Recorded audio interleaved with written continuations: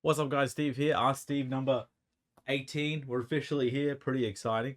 I mean, it's been a while. It's been almost a year since I've been doing these kind of things. Maybe a year, maybe 7, 8, 9 months. And if you're confused, you're not sure what I'm doing here, and I'm just standing in front of this glorious whiteboard that I bought for $119, I'm pretty sure. Good investment that was for me, I think, personally. My name is Steve, and I'm, I guess, Pokemon card seller, Pokemon card collector, 30-year-old dude that just stands in front of the camera from time to time and tries to help people out. And that's pretty much it. I've bought millions of dollars of stuff and sold millions of dollars of stuff, and I have a whole lot of knowledge and experience that comes with that kind of territory. And I'm pretty good at some other things too.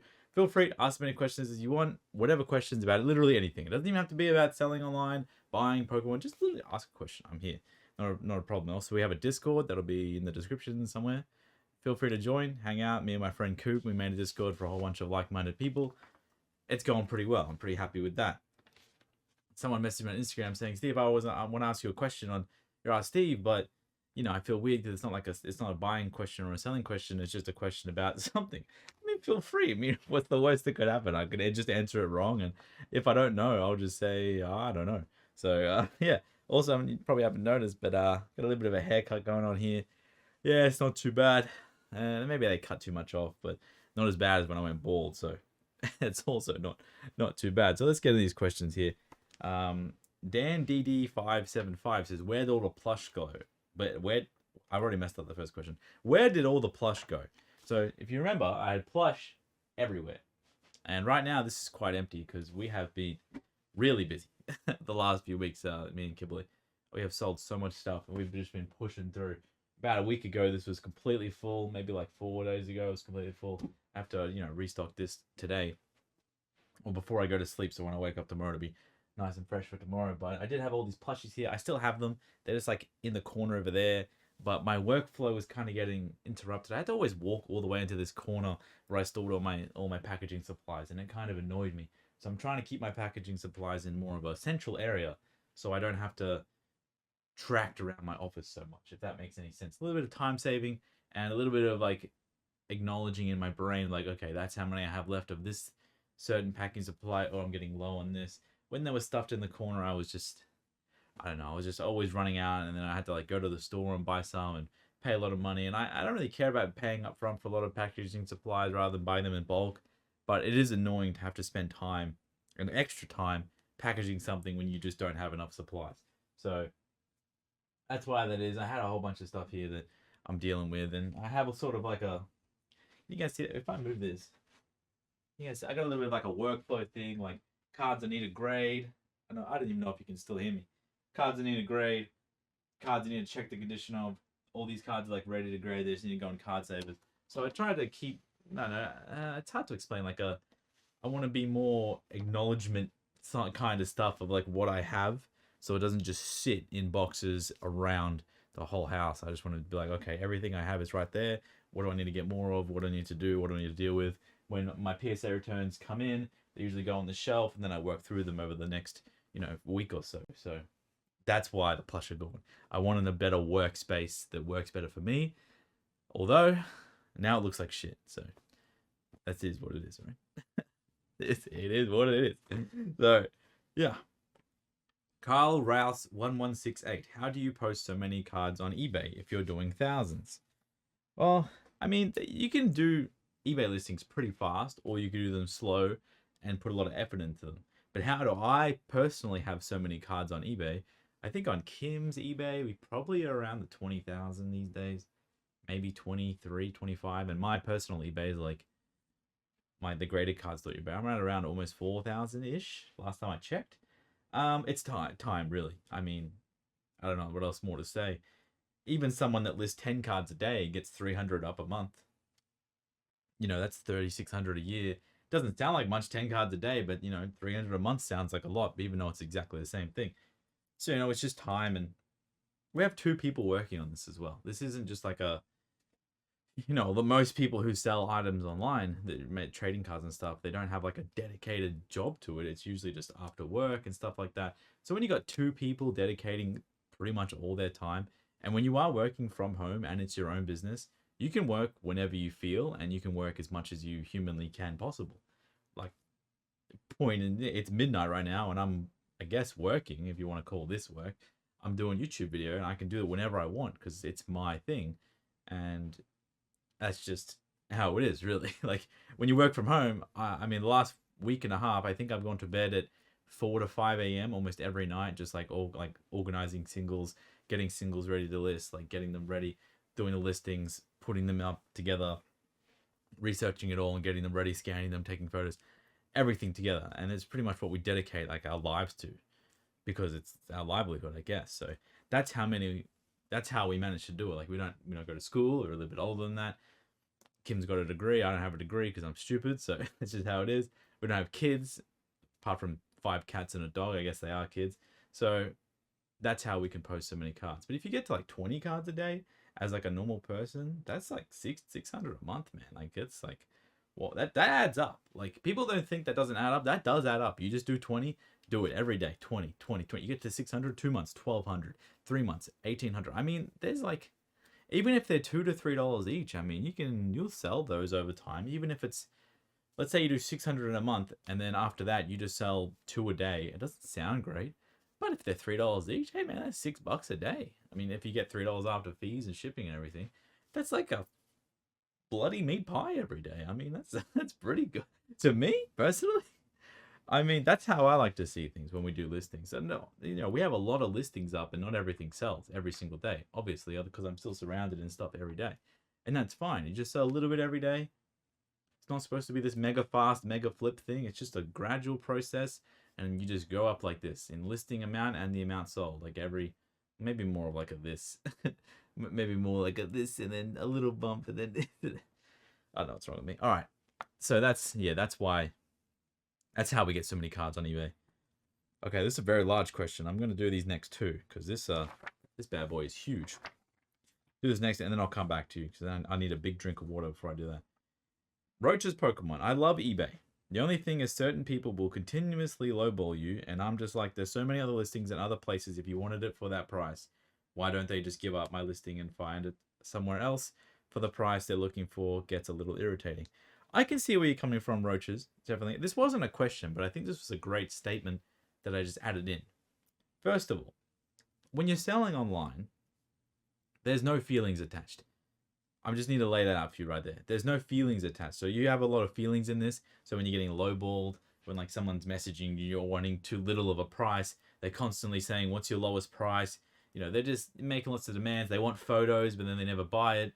You can get your feelings involved very easily if you do that. But if you just choose to realize, like an eBay listing is like a social media algorithm. It's like this video. It is like a YouTube short, really. Not really like YouTube videos. They're probably more like shorts and Instagram reels. So, you want to get interactions. And like, I'll write these down for you. Just so you can, this will help change your mindset when it comes to like your own listing. Because it's like, okay, let's change the mindset. Really, I'll just spell it out for you, and then I can explain why a little bit better. I need to put my thoughts onto the board because I can't explain things. And look at this cool shirt I'm wearing today. What does that say? We are friends forever, and it's Slowpoke style. I mean, that's pretty. Is there anything on the back? No, nothing on the back. I thought there was something on the back. Maybe it's a different shirt. Something's on the back. All right. So let's talk about. So let's call our eBay listing a reel for now, so we can break it down into like everyone can understand terms. So when you're talking about people will continuously lowball you, so that's either by like, you have best offer on, that's B/O best offer, and they offer. What this does is, regardless if you have a $1,000 card up, a $500 card up, a $100 item, you got a pair of pants up for $33.99. Whatever you are selling, your offer.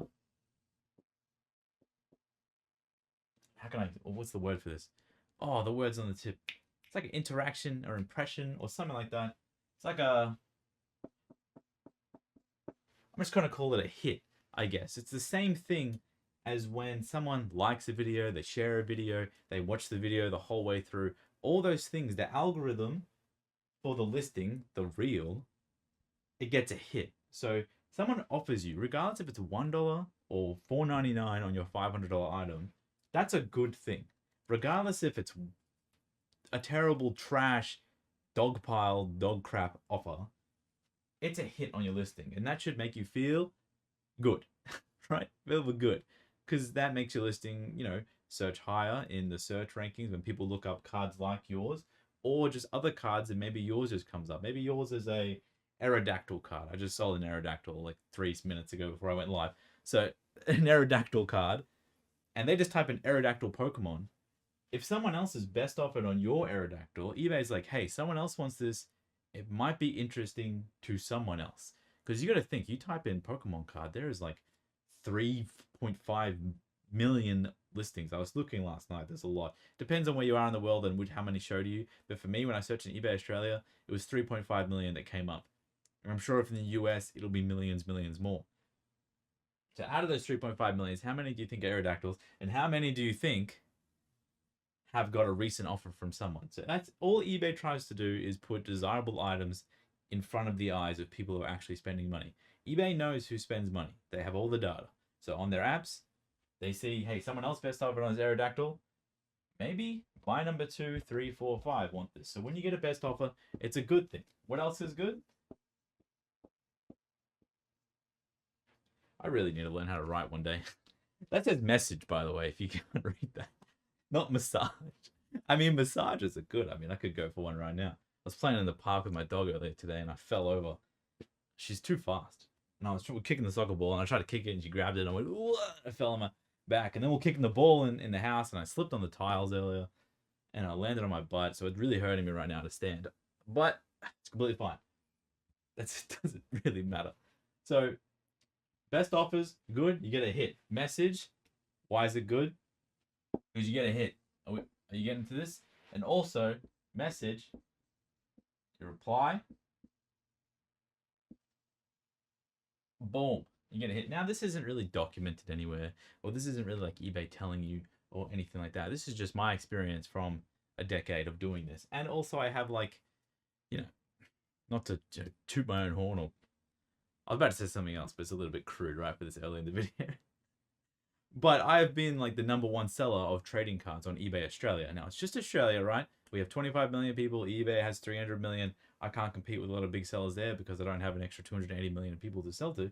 But I've been #1 on sales amount in eBay Australia for individual cards in the trading card category. So maybe not sports. There might be some sports cards that are bigger. Don't care.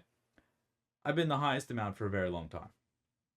And my second account is like number 5 or 4. So that's not too bad. Eventually, I will have #1 and 2. And when I get that, I might even start a third eBay store and have #1, 2, and 3. So that'll be quite fun.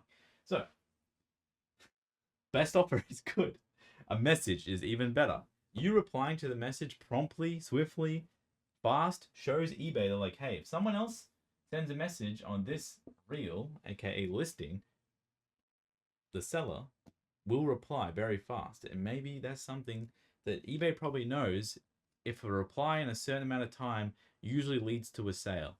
If you reply after 2 days, the person's probably not going to buy it. Their phone's been thrown down. They're at work. They don't give a crap. They already bought it someone else. They bought it off Amazon. Who knows? But eBay knows that the faster reply generally means a faster sale. And there's a bunch of other metrics that really help with your listings, obviously. But you were talking about, why don't they just give up my listing and find it somewhere else for the price? I completely understand that. I'm actually going through that right now. I listed an item on eBay for $480, I think my price was. The next highest was $800, and above that was $1,100. And I was like, okay, I don't believe this card is $800 or $1,100, so I'm going to go $480. It's almost half the price of the next lowest, and I think the solds are around like $400. So a little bit higher than solds, but a lot less than other people listing, because I just know the item's never going to sell.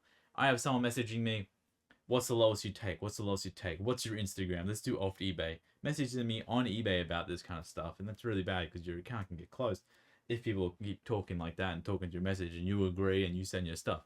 So it's just a bunch of those things are frustrating when you are trying to be. I tried to be the good seller in that situation. I tried to I don't want to say help buyers because they're paying me money, but I wanted to be that equilibrium between people who listed way too high and then like the guy who listed like above the sold price that was a few months ago. So if you want to get one, if that guy just offered me 400, I would have just accepted it. But the message is me going, what's your lowest price and everything? that irks me. I still get my feelings involved, just like I told you, try not to. But I responded. He obviously wanted to go off eBay, and not only when people go off eBay, they also save on taxes, and you save on fees. But those kind of people, they kind of want all the pie. They know they pay extra on eBay, but they want the off eBay price plus discount, and they take no tax. It's a big mental game when it comes to selling stuff. I totally agree. So you are warranted in saying what you're saying, but do remember that all these things actually are beneficial to your items actually selling. All right, let's get into this really big paragraph here. I'm ready for it. I need some water first. Feeling sick the past few days because it's winter here in Australia. What's the temperature?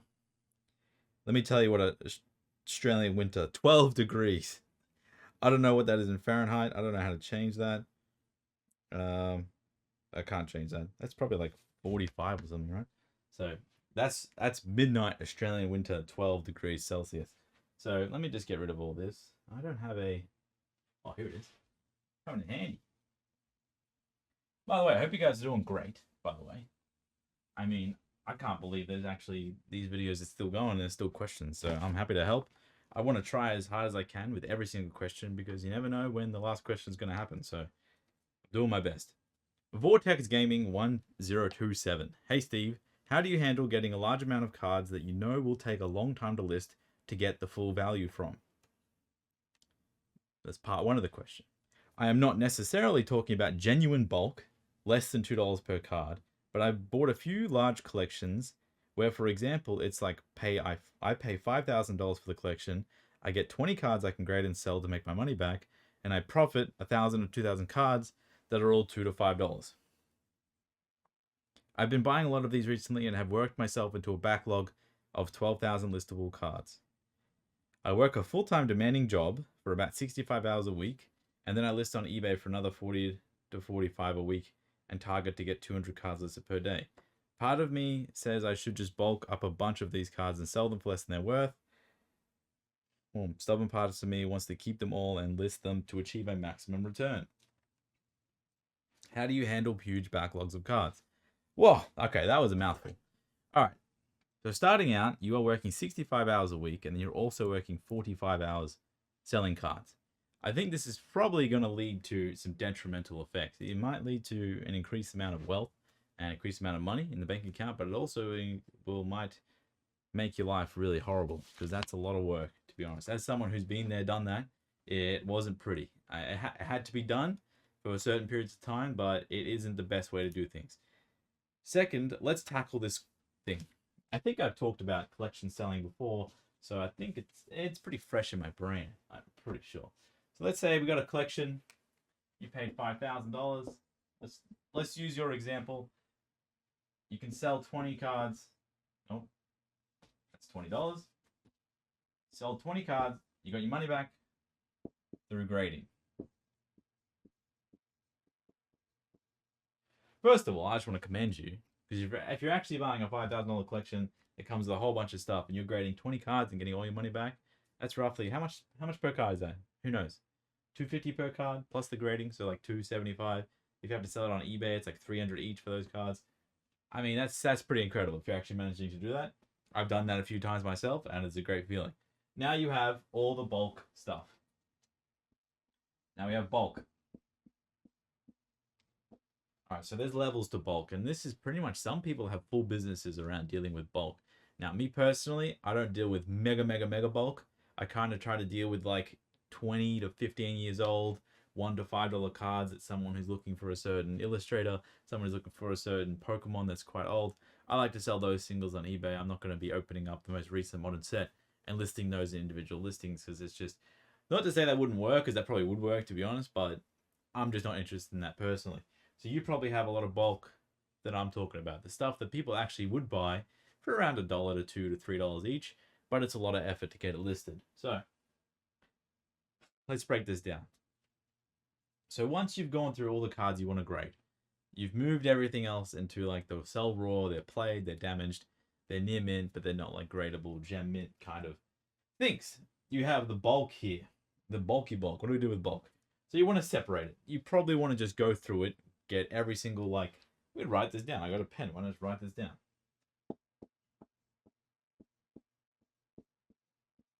So you want to go through and get all the popular Pokemon. You want to get through the Pikachu's, Charmanders, everything like that. Obviously, that's I feel like you seem like you know what you're doing, so I don't need to break this down too crazy for you. But you want to get the popular Pokemon out. You want to get rares.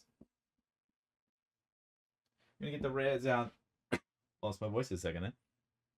Popular Pokemon. You want to get the rares, and then you want to get any other holos, okay? So, yeah, because you did say you're going to grade like 20 cards ish. You probably have a few more or a few less. So you want to get the popular Pokemon out, the rares and the holo, and anything else that you see that is a little bit. There's a card Kim and I just sold earlier today. What was it? It was a Team Rocket's Meowth from EX Team Rocket Returns. It is a rare, but it's just a Meowth. And some people would think that's just a $1 card. We sold ours for like $7, $8 or something. It was a played condition. But when I looked it up, the price after it sold, I was like, oh, how much is this? Everyone else has a listed for 25, 30. So we've probably undersold that, but also we have so many of them, it's not a real big deal. But those are the kind of cards you want to pull out and try to list separately.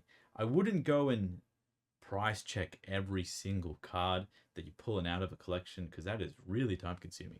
But this is where the knowledge, and when you start selling more stuff like this, you can just pull it out. I know whenever I see that Team Rocket's Meowth ever again, I know it's like, okay, if people have that listed at 25, 30, I can just pull it. If I see that online, I can buy it. If I see it in a store, and if I go to Japan again, I can buy that kind of stuff. And I know in my head, somewhere in here, it'll be floating around somewhere that I'll be able to buy that card and probably sell it for around that 15 to 20 mark if it was a good condition. So we want to take out all this kind of stuff. And in your position, if you actually are working 65 hours a week as an accountant, I wouldn't deal with bulk cards. First of all, I don't know how you're going to get to the post office every day. Even every second or third day, you work 65 hours. It's going to be rough on your mental. I would probably try to stick to cards that were $10 or more. Now, you could deal with cheaper cards. If I were you, I would just list anything that has some sort of like resemblance of value. So if it's a popular artist, maybe it's a Kamiya card, they're always pretty popular. Or if it's just, a rare or something like that, I would just put them up a little bit more and then just chuck best offer. As far as I'm aware, most eBay stores don't have many listing limits these days. eBay listings are free. You can just list as much as you want and it's free and it just sits there. So you can just wait for offers to come in. You are working a normal day job, which is an actual great thing to do while you have an eBay store. Because then you don't have to sit at home like me every day, sitting here. If no one buys anything, it can be a pretty bad day mentally. I don't let it get to me anymore, but there are times in the past where I have let it get to me. When I'm just like, why isn't anyone buying anything? We have 30,000 listings and no one's buying anything. That can happen to you if you're not working a job. While you're working a job, you're doing your job stuff. You're not just like, you're just at work, you come home, you have a whole bunch of eBay notifications, and you're like, oh, hell yeah.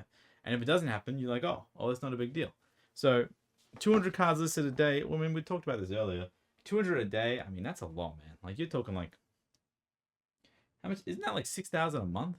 I mean, that's probably excessive if you're buying cards that are like Sun and Moon, Sword and Shield, Scarlet and Violet. Less excessive if they're a little bit older. But I will say that if you can manage it, that's good. But I would just do 50. And then once you get, if you feel like 50 is not enough, do extra. But it's going to be hard to justify in your position to sell $1 to $2 bulk singles online because you have so much other stuff going on. To the end of it, I don't think, it depends on how much money you have. I don't know how much money you have. But you might just be better off just keeping the bulk, buy some 5K row boxes, and then just chuck it in the closet. If you ever have some time off maybe and you just want to relax and do some listings, or if you ever leave the job temporarily, you have 6 months free. I mean, maybe then you can dig into it. I wouldn't personally, if it's good bulk from like good sets and hard to find stuff, English or Japanese, it doesn't matter. I probably wouldn't recommend bulking it out and then someone else like does the same thing where they list it all. I would just wait and deal with it when you have time. Deal with all the good cards.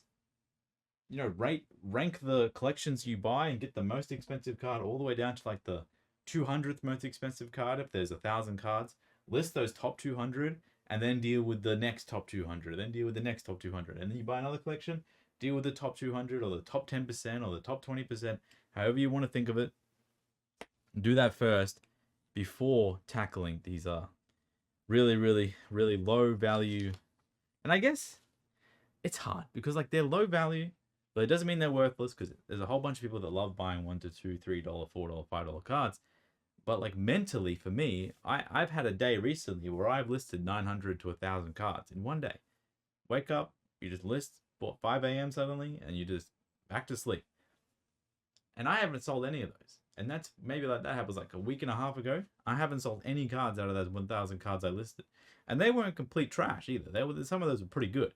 So this can happen if you put super amount of effort in and then you don't get anything out of it. It can feel really bad and it can kill your mental. But if your aim is just to get your 50 listings done and you don't even look at what sells, if it sells, it's great. Sorry, I'm dying. It can be a lot better for you mentally. And over time, you might actually get more done than the guy who does 200 a day, 200 a day, 200 a day and burns out. And then is like, why is it worth it? Nothing's selling. I mean, I hope that helps you out. Here we go. Kicks and cards. How's it going? I think this question says, "Hey Steve, I'm trying to become a..." It's a weird angle I'm standing at. Is that weird? You guys think this haircut's good? Honestly, be honest with me. How's it looking? I don't know. Last time I got a haircut before I went to Japan, they made it a little bit longer when they cut it, and I was pretty happy. Well, they didn't make it longer. They didn't cut it as short. So maybe this is a good length for me. He also shaved my beard. This is not me doing this. I mean, the haircut was like 3 days ago, so it's a little bit bad, but I don't know. Went to a barbershop. He was being really weird. He's like massaging my face and massaging my head and massaging my neck and asking me like a billion questions. It was a different experience. Usually I go to somewhere, they don't speak English, and it's awesome because no one talks to each other and we just sit there in silence until it's done and then I pay them. Because I'm kind of like that. I like to just sit there in silence and think. I just want to think while I get a haircut. I don't want to talk about the politics or what's in the news because I don't really care. So, all right, kicks and cards. Tasty. Hello. I'm trying to become a PSA approved dealer located in the USA. USA. I don't know why I did that. I don't know why I did that. I should probably cut that out. Can I say that? Even though I'm not? I can say that. What's going on with this here? All right. I need to spend at least $50,000 a year in grading fees. How would you recommend me hitting this number? Middleman services, grading any ultra rare. I usually only spend $5,000 per year on grading, but I can obviously scale it to spend more if necessary. All right, so you didn't tell me the why. The why is the most important because the how is kind of important, but the why is a little bit more important. It's like you're asking me how you can build a bridge, but you're not telling me why you need the bridge or where the bridge is going.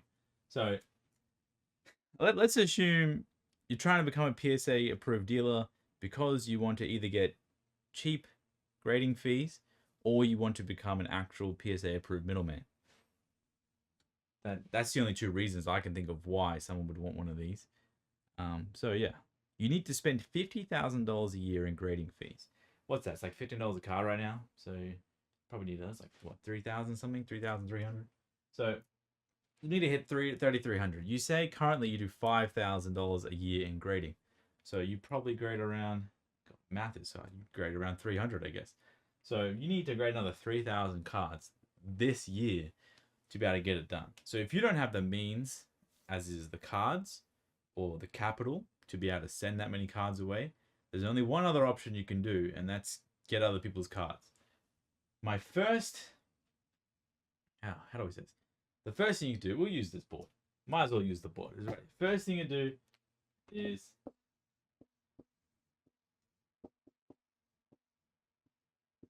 close those off. Is buddies. You're gonna need buddies because if you want to reach those 3,000 cards, you're gonna have to send some friends cards for them.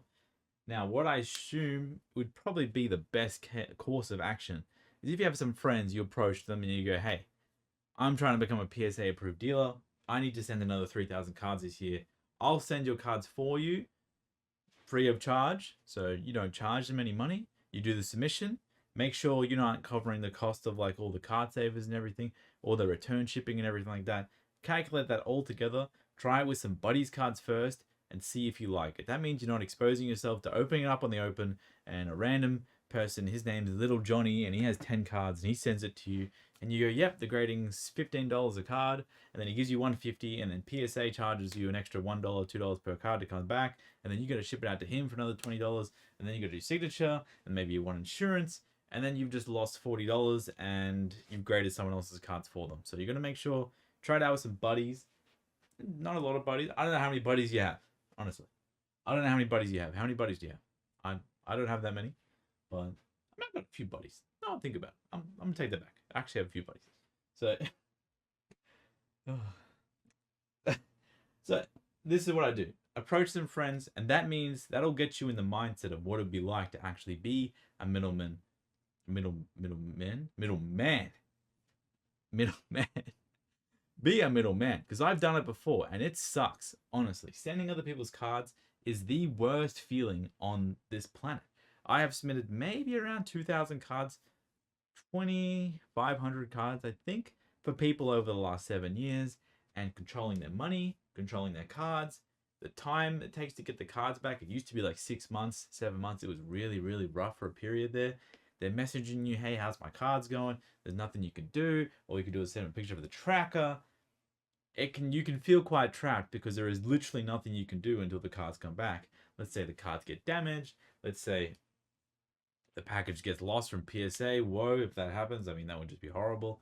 There's a lot of things you can do. Maybe maybe it's a random person and they get a bad grade on the card and they accuse you of swapping the card out. I mean, there's a lot of things that can happen regardless if you did or didn't or whatever you're doing. There's a lot of downsides to doing this. So the upside for a PSA approved dealer is that you get a cheaper grading rate. As far as I'm concerned, it's like $1 off from what people have told me and my own experiences. It's like $1 to $1.50 off on bulk tiers. Maybe a little bit less if you're sending cards through the standard services and express, you get a discount on those. But most people just use it for the bulk, so you get like $1 discount. So you're currently spending $5,000. How do we do this? 5. And you have to spend this amount. 45. You see that? This is just going. This is like this video, just going down. So you're spending 5K right now. You need to spend another 45,000 just so you can save $1 per card. I'm gonna let you know once you try to hit these own personal tiers. So I've moved away from being a middleman and I've moved away from the buddies argument of trying to get your own cards. Now I'm going into the realm of, okay, you said should I just grade any ultra rares, anything like that? Now you're just trying to grade anything and everything.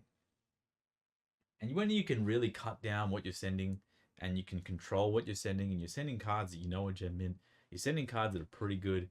Once you try to hit a quota, you start, I mean, look at me. You've seen the cards that I submit. You think every card that I submit is worth submitting? Don't you think I know that they're not worth submitting? When you see me get PSA 8 cards back, it's just like, oh my god. But like, I also have to hit a quota, so it's like, I'm literally going through this exact same calculation. I'm spending tens of thousands, in my experience, hundreds of thousands more to hit quotas so I can save this amount more per card on 6, 7, 8. I mean, I don't know. Like, I'll put 10,000. So I'm saving 10,000, but I'm spending an extra 100 to save 10, and then I have to sell an extra 8,000 cards, or maybe not. Probably I'll probably grade a lot more. You probably have to sell an extra like 1,500 cards in your experience because you wanted to do. Put it up here.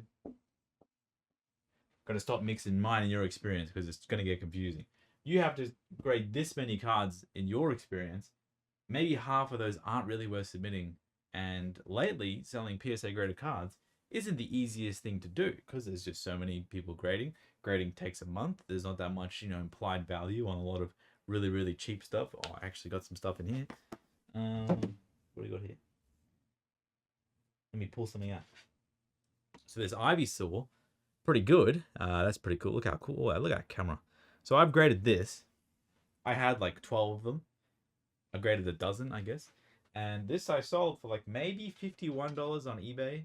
And after shipping and fees, I probably get around, I want to say like $42. That cost me $33 for the card and the grading to put together. So I think I make it around $10. That's best case scenario. Plus, I graded that card in August last year. What time is it now? It is June this year. So I've had that money sitting just so I can get $1 off the card grading the next time I want to grade one of those. It is worth it if you're in a mass operation. It is worth it if you actually enjoy the middleman aspect and you like handling other people's cards, you like that customer service, and you like being the one that can help and support other people around you. Because it's not just a random public that you have to submit cards for. You can just submit cards for your buddies. You might have a lot of buddies that can submit 20 or 50 cards each, and then that can add up to quite a lot. But yeah, it can be quite hard, and it's only really doable if you are really happy to take like really low margins on a lot of cards and do a lot of work, or sell the good cards that you actually want to submit and want to sell, and not need to worry about this whole $45,000 you're going to make up. So yeah, it's a hard decision, and I think it's something that you don't have to force, because it's not something that just happens overnight, right? Like, you're not just gonna go from 5K to 45K submitting in today and tomorrow. You have to just, this month you'll do $3,000 worth of submitting.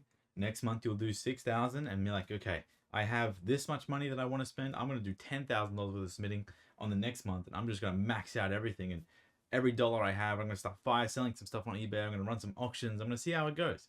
And if you do like that lifestyle as well, keep doing it. You know, nothing wrong with that. Keep doing it.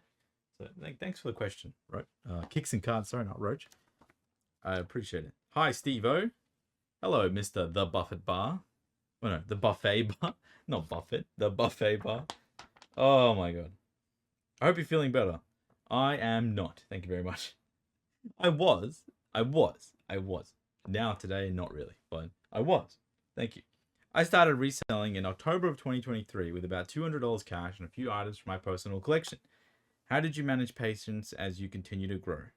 I'm up to now purchasing $500 to $1,000 lots and flipping for smaller margins, but margins nonetheless. Hashtag I'm not patient. I feel that. Oh. I mean, so when I started selling, I had a little bit of money, not a lot. Maybe I had I want to say I had $2,000 worth of GameCube and Nintendo 64 items that I was, dealing with and I was selling those, and I was getting into Pokemon cards, and I was like, okay, I'm going to sell out of these consoles and games and stuff, and I want to buy some more cards. So I started with around 2,000, and I think I was, 21 at the time? So I was a little bit further on in my life than most people. I got messages from 16-year-olds, 17-year-olds, 18-year-olds being like, Steve, I'm doing this. I'm doing a few hundred a week. I just sold this really cool card. I just got this $1,000 card for my collection. And it's like, holy shit, you guys are doing crazy good. Because 21, I just started. And I was like, no schooling, no education, like casual / part-time job. So yeah, that's crazy. That cough comes at the worst time. I'm sorry for that. That's all right. Let's keep going with that one.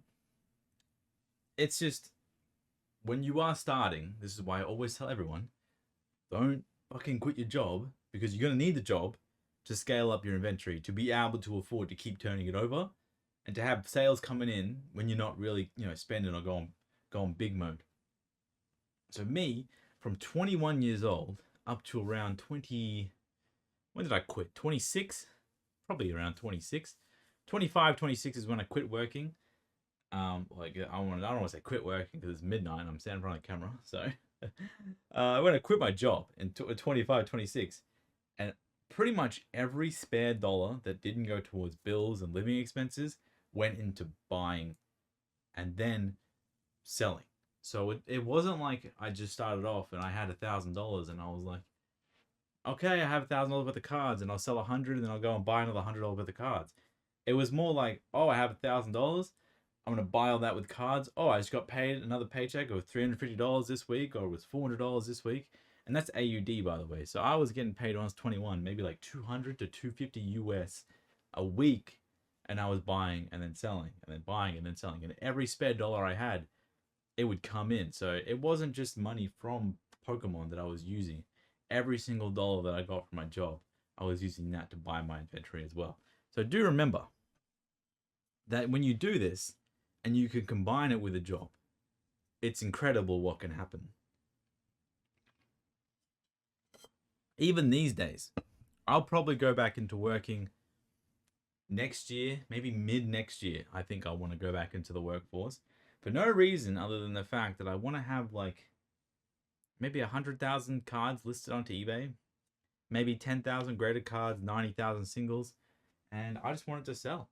I just want it to sell while I'm at work. Just like I explained earlier. I mean, it's not really like a financial thing or anything because I don't have that many bills these days. I just want to do it just to get my mind off things and kind of reset my mind. And then, I don't know, just so I can like not be so hyper focused on the actual thing happening and trying to force stuff and just letting things flow. And that doesn't make so much sense to your question, but yeah. How do you manage your patience as you continue to grow? It's going to be hard, man, honestly. And I will say, these days I feel like it's easier to manage the patience because you actually see it working in real time with everyone around you. I mean, how many people do you see on Instagram, on Facebook, me, I guess, doing stuff related to this card stuff?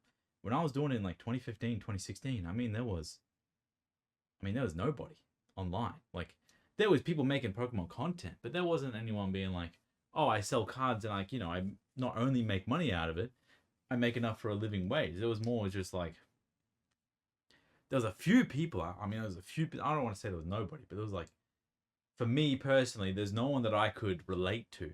There was like a few people that did like, I want to say $1,000 deals. And then now these days, $1,000 is what? That's nothing. Everyone's got $1,000 cards and they're all selling them every day. But like back then, it was like they're dealing with $1,000, and this card went for $10,000. It's the most it's ever sold for, the most expensive card. And it's kind of funny. Back then, I was selling $1 to $2 singles, and today I'm listing a whole bunch of $1 to $5 singles. Not much changes, right? But that's why I feel like I can be a little bit more relatable to most people, because even though I have whatever this graded card still going, it's more of a meanings to an end. It's a necessity these days to have a high graded card. A lot of people care about the PSA 10. There's a lot of money to be made in the PSA 10, BGS 10, CGC 10, whatever you want to use. So you kind of forced to use it because otherwise I don't really want to sell my Gem Mint raw cards that I spend hundreds of hours looking for way less than the PSA 10, and then other people just buy them and grade them PSA 10 and sell them. So not really what you're looking for with a kind of answer there, but the one thing I can tell you, I don't know if it's weird. I hope you guys aren't watching this video. I hope you're just listening, because I don't want you guys to see me drink the water and cough all the time. And I'm trying to step away from the microphone to cough, but my apologies. This is a budget experience right now. How do you manage patience as you grow? I mean, I kind of pretty much hit everything on it, but just realize that like, it works. It just takes time. I don't know how much time is whatever. It's just, I can't give you a time period. But if you're up to buying $1,000 collections, I don't want to say like, oh man, you're getting there. That's great. I'm like, dude, you are there. Like, you are there. That is incredible. Like I will tell you, I started in 2015, and my most expensive card that I paid for at once. See, I bought a few collections earlier on in like 2018, 2019. They were like 1,000 here, 2,000 here, maybe 5,000. But like my most expensive card that I bought on a one singular card deal was like $500, like mid 2020. Like that was like, wow, I'm gonna buy this card for 500. And I kind of regret not buying more of those like expensive cards and then grading them. We can get into that another time. But like managing the patience, just realizing, and then just realize, as long as you can turn a profit and have a little bit of fun at the same time, it's perfectly okay. Just like I explained earlier with that other scenario of the PSA 10 that I have listed for 400 and something, and the next highest is like 800. Like, I'm making money at 480 and I'm happy with that. You don't always have to put to the market price or the last sold. You can do whatever you want. You can do double the last sold. You can do $1 on every single card, but just realize if you're still making a little bit of money and you're enjoying the experience, that's perfectly okay, because it helps get the time going. I actually really am addicted to seeing the eBay sold notification personally. So I actually like to sell stuff. So if you want to talk more about it, feel free. ask more questions in the future. I mean, I'm sure this you can ask this question a million different ways, and I can give you a million different answers. But yeah, we'll just sum it up to it works. It just takes time, and there's a lot of luck involved, a lot of skill involved, but probably the most important thing is also time. Skya, that one guy. If you choose to do business with only Yu-Gi-Oh instead of Pokemon, where do you think your business would be currently? I have no idea. Yu-Gi-Oh Steve. I mean, I'm not that into Yu-Gi-Oh. I really like Yu-Gi-Oh, but I'm not that into Yu-Gi-Oh. But I really like Yu-Gi-Oh. I spend a lot of money on Yu-Gi-Oh. I don't think I've ever made money from Yu-Gi-Oh as a whole. I'm probably like $70,000 to $80,000 deep in the hole on Yu-Gi-Oh, and hopefully I have that much worth of Yu-Gi-Oh all around me. Because if I didn't, that'd be really embarrassing. But I don't know. I mean, I don't think Yu-Gi-Oh is bad, right? There's a few really popular Yu-Gi-Oh YouTubers and stuff like that. I mean, it's pretty popular. I don't like playing the game personally. It's a little bit too confusing for someone like me. But yeah, I really wouldn't know. I mean, Pokemon's incredible, man. You can't like anything that. If I chose anything that wasn't Pokemon, I don't know if I wouldn't be in this exact position I'm in now. So maybe I would have caught fire in something else, or maybe I'd be more, or maybe I'd be incredibly less. But I mean, it's hard.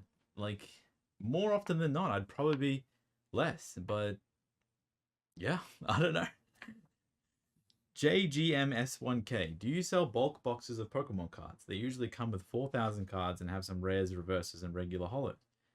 I think this question is like, do you sell like those like people on Amazon and some people on eBay? They put together like custom boxes of cards, I guess, and like they're the kind of people that buy off others, like the person at the start of the video where they have a whole bunch of bulk and they don't want to list it, so they just sell it to someone else, and someone else buys it. They kind of sift through it all and then repackage it and then sell it as lots on like Amazon and eBay. Is that what you're kind of asking? I don't personally do that.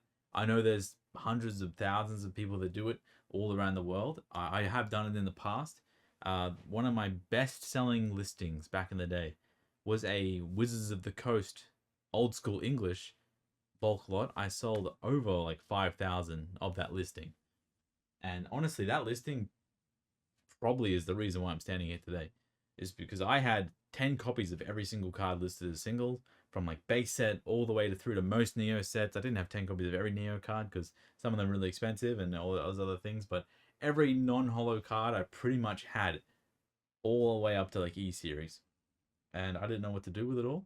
And I saw those bulk lots. I didn't see any for like old school cards. And I was like, oh, what if I just chuck like 20 bulk cards and then a random promo? And it was like $14.99. And then I just had like free shipping on it. And I think all up, my profit margins on a lot of those were like $7 to $8 per lot. And I felt pretty good with that. I mean, I just showed a picture of like stuff you can get on the listing. It was just random holo cards and random promos. It wasn't really one of those like, you have a chance to get a Charizard. That wasn't really like a thing back then. Like, you didn't show Charizards in the pictures because I don't really like that whole mystery sort of. I don't want to be deceitful. You just throw like, most likely you're just gonna get whatever's in the picture. I mean, that's pretty much what I did. So yeah, it wasn't anything too crazy. It sold a lot, and when it really picked up a lot of steam, I was like, wow. And I was selling multiple of them, people on Facebook and stuff like that, and people really enjoyed them. And I enjoyed making them, and also helped me move them some inventory. But it wasn't really 4,000 card lots. I mean, I think you have to be in America to do stuff like that. John Smith, ULC2CE. Does it make sense, once you have a good sales volume of $1 or less items, to start increasing the average price of items you sell or net profit per items? Does it also make sense to start using profits to buy increasingly valuable items for your personal collection? At first, everything is for sale. Then you find some $5, then $15, and then more expensive cards that you want to keep. You pretty much just described my life. I mean, that's pretty much like, I didn't keep any card until 2020. 2020 was the first year that I kept cards that like weren't for sale. I would maybe put them up for sale, but it would be for like a lot of money. In case I got a great offer, I would accept it and go buy something else for myself. But yeah, I mean, I started off with cheap cards and I was like, man, I don't want to sell these singles for $1 anymore. I'm going to raise my average price to like $149. I'm going to raise my average price to $199. And you go from selling 100 singles maybe down to like 70, but you make the same amount, and you sell 70 singles down to like 50, but it's $2 now, and maybe you just did half the work for the same amount of money, and you keep half the amount of inventory, which is the most important thing, is to get as many cards as possible, to me anyway. So yeah, I mean, it does make sense, but just remember, there's a million ways to do this. It can be $1 cards, it can be grading, it could be sealed products, it could be promo boxes, it could be special things with just Pikachu in the name, it could be, who knows? There is a billion things in this space to do, but yeah, I will say it gets really cumbersome as a seller to keep things in your collection. I will tell you guys right now that, how do I explain this without sounding like an idiot? I will say this right now, that I probably have been stunted in monetary growth by not selling my collection actively, and by wanting to collect so many things and pay for things to want in my collection and pay for things to want in my life that I want to collect. I'm probably down like 750,000. Like, I could have sold certain items out of my collection at some crazy highs. I could have just sold them in general and then turned that money into inventory and then flip for that. But the reason why, and all this is what I'm going to say is going to be contradicted. The reason why none of that could probably be true is the only reason I'm here right now is because I'm interested in those certain items.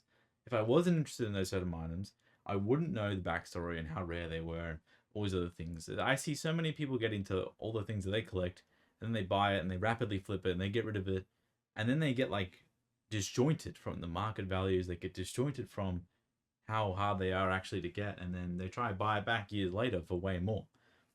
They get maybe the monetary benefit, but once you get to a certain amount of money, I guess it doesn't matter how much more you have for like certain people. For me, I'm basically, I don't know how to say this. Like, I'm happy. Like, I'm happy at 21 playing League of Legends all day, going to work at a supermarket and selling cards, on the side.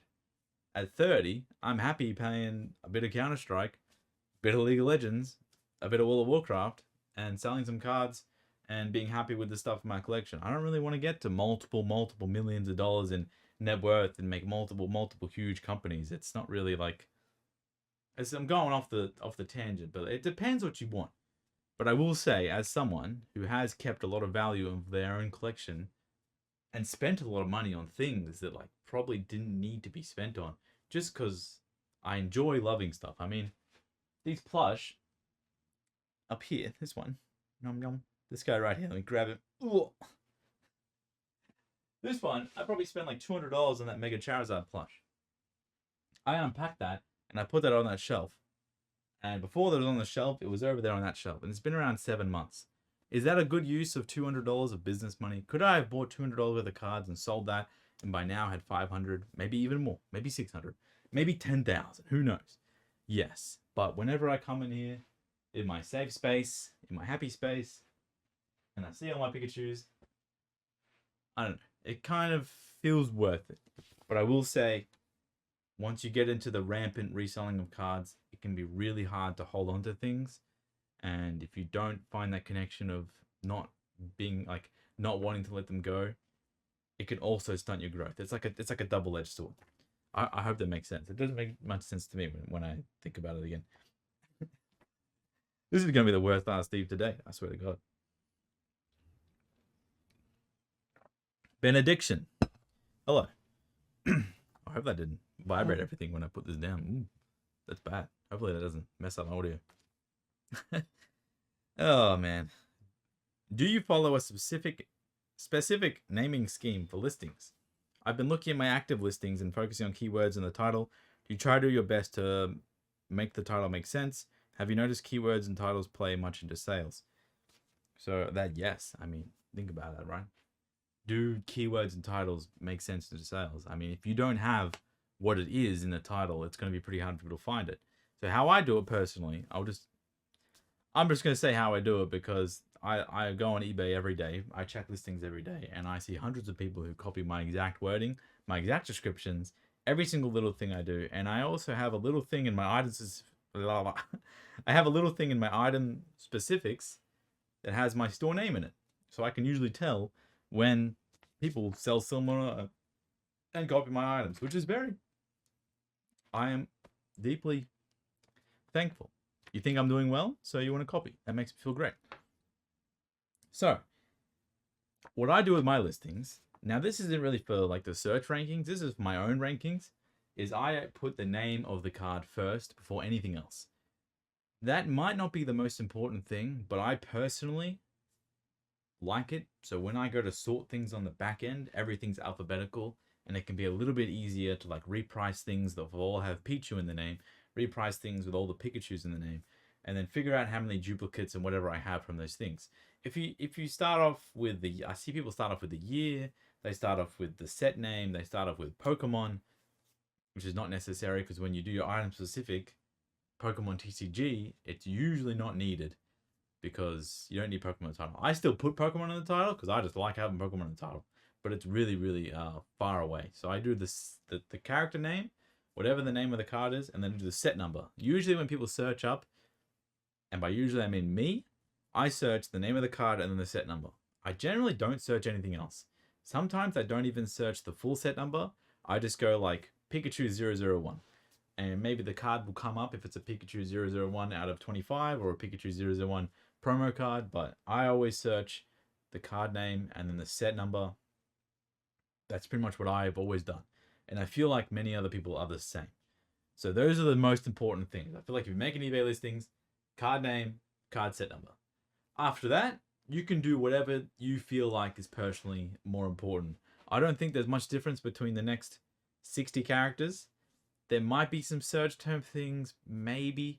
A lot of things people like to see in the title. They like to see the condition. So if it's graded, you probably want to put PSA 10, 9, 8, 7, 3, 5, 4, 3, 1, or whatever it is. If it's ungraded, I have seen people put near mint, light play, damage, heavily played, etc. Whatever you condition scale you work on, that can be very important to buyers. Now, they might not search higher, but if people see the listings come up and there's 10 cards, and one of them is near mint in the title, and the price is pretty similar to all the other cards, they're probably going to click that one. Because I know I do.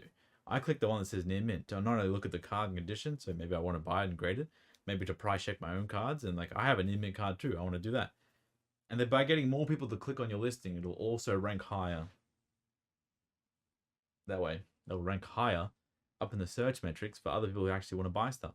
So, we got the title, the set number, the condition is really important. The set is really important because maybe someone just puts in, what's a set? We talked about Team Rocket's Meowth earlier from Team Rocket Returns or Rocket Gang Strikes Back, the Japanese version. People go in Team Rocket Returns and type in and then go lowest to the highest and they just look through all the listings. Set's really important to have in. So I think that's it. Is that the question? I think so. Yeah. Have I noticed any keywords and titles play much into sales? Definitely when you're selling graded cards, you want to put PSA 10, PSA 9, etc. Because people usually type PSA 10 Pokemon into the search box, hit newly listed or hit auctions, and they just go through. That stuff's really important. But other than that, it's pretty solved these days to what a good title should actually look like. Feel free to look at my store and look at Kim's store. If you directly copy me, not a big deal. It is what it is. I mean, people are going to do it anyway. So I like the way mine looks, but there's other people that have 2009 Pokemon something as their title. I don't think that looks great, but those people still sell a lot of items. The most important thing is the photos and the price. The titles, they are important, but usually it's pretty self-explanatory. So I probably should have said that earlier. That the title is important, but the photos of the card and the price is way more important. Way, way, way more important. God, this cold is killing me. Not only am I sick, it's also really cold, so my throat's really dry. So I really apologize for all my rampant drinking. Another question. Oh, welcome back. Did you notice once you hit a specific number... Why can't I say that word? Specific number of listings, sales occurred more often. Do you try and keep a consistent or specific number of listings on your store at all times? And if so, does that even make a difference? So I haven't really ever noticed if I have a certain number of listings. I know whenever I usually post a whole batch of new PSA cards, I get a big uptick in sales because all the new cards are selling. That's pretty obvious, right? There is no number of listings that I think personally increases sales. I think the quality of the items you're selling will probably increase your sales. If you're just listing $1 random commons and you have 20,000 of them, it's probably going to do worse than the guy that has like 100 English Wizards of the Coast holos that are actually desirable items that people actually want to buy every day. So that's just how it is. Do I try and keep a consistent or specific number of listings on your store at all times? Does it make a difference? No, I don't. I mean, we just list. That's it. We just list. I do have like personal goals in my mind. Like, oh, imagine if I had 10,000 cards on my store. Because I always try to think of like this final number where I can be like, okay, I'm happy with the amount of I have. And I don't want to like keep buying or keep grading for the time period. Maybe take a 6 month or a year break. And maybe instead of just buying every good deal or great deal, I just buy every fantabulous deal or every insane deal, if that makes any sense. Yeah, yeah, maybe, but that's years away, years. Cam does stuff. Steve, this is very important. Oh my god, what is this question? All right.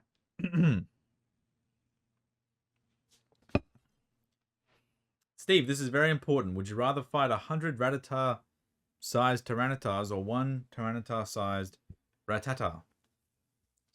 Well, before I can answer this question, I first need to do something. We got Rattata size. I have to find out the size of Rattata. So it says Rattata. Is it Rattata? Rattata.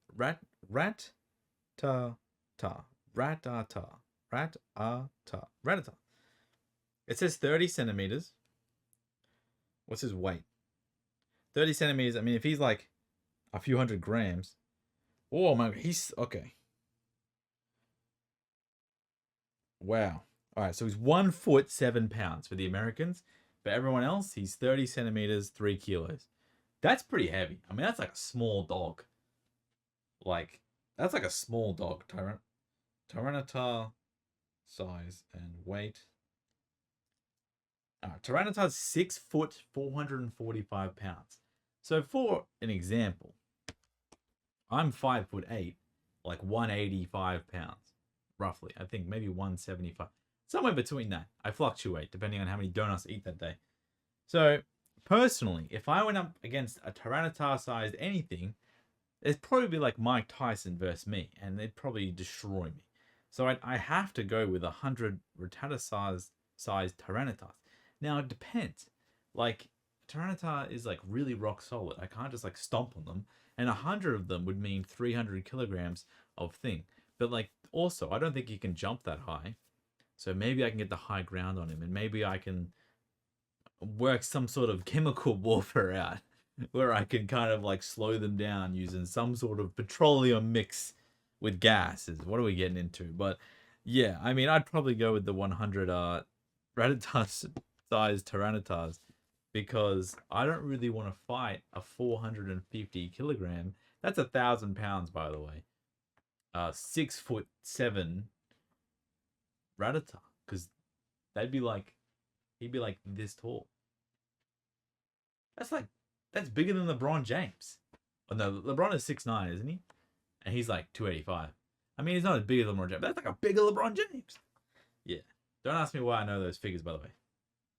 Don't ask me why. All right. Just Jack 21. Does eBay give you a heads up of 80% off listing weekends, or do you have access to a smaller overall reduction in rates at all times? I have not been given a weekend eBay sales sort of reduction, weekly lower fees. If you list these 40 items, you get no fees offer in about 6 years. And I guess they don't want to give them to me because I consistently list anyway. Why would they give me discounts? I know in the UK, I don't know if you're in the UK, but I know in the UK they give a lot of fee discounts out. Discounts out. Don't clip that. They give a lot of fee discounts out in the UK because I have a few friends that sell in the UK. They get heaps. So, but in Australia, I haven't noticed much. We do get free listings, and we get a reduced fee when we have a store. So my fees are 9% on my eBay if I sell domestically, and I'm pretty happy with that. Regardless of any fee discounts or anything, I'm happy with 9%. Crabs Collectibles. How does someone sell low value on singles and not lose money? It's hard. Should postage be charged on every single card, or is there a better way to do it? Would you still use green envelope if someone buys one $2 card, for example, or go cheaper? Thanks for sharing your knowledge. So this is like the turning point in every eBay seller's mind is like, when do you go from free shipping to track shipping, and when is it worth it? So when you're selling really cheap cards, it's hard. Usually you sell a $2 single, and if you're doing free shipping, it costs you like a dollar something for a stamp, $1.50, and the eBay fee is 30 cents plus 10%. So you probably will be around 50 cents in fees, and you make nothing. You're pretty much buying a feedback, and you're buying a customer, if that makes any sense.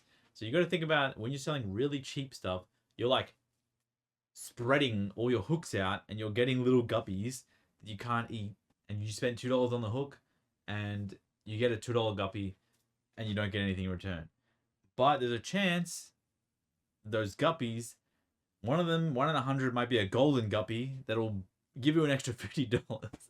If that makes sense. You're pretty much, when you're selling really cheap stuff, you're buying customers if it's breaking even completely, because they get to see, hey, this guy sends out the same day, he packages it quite well, he gave me a discount code in like a little envelope on a piece of paper, he just wrote it out for me, or it's on his business card.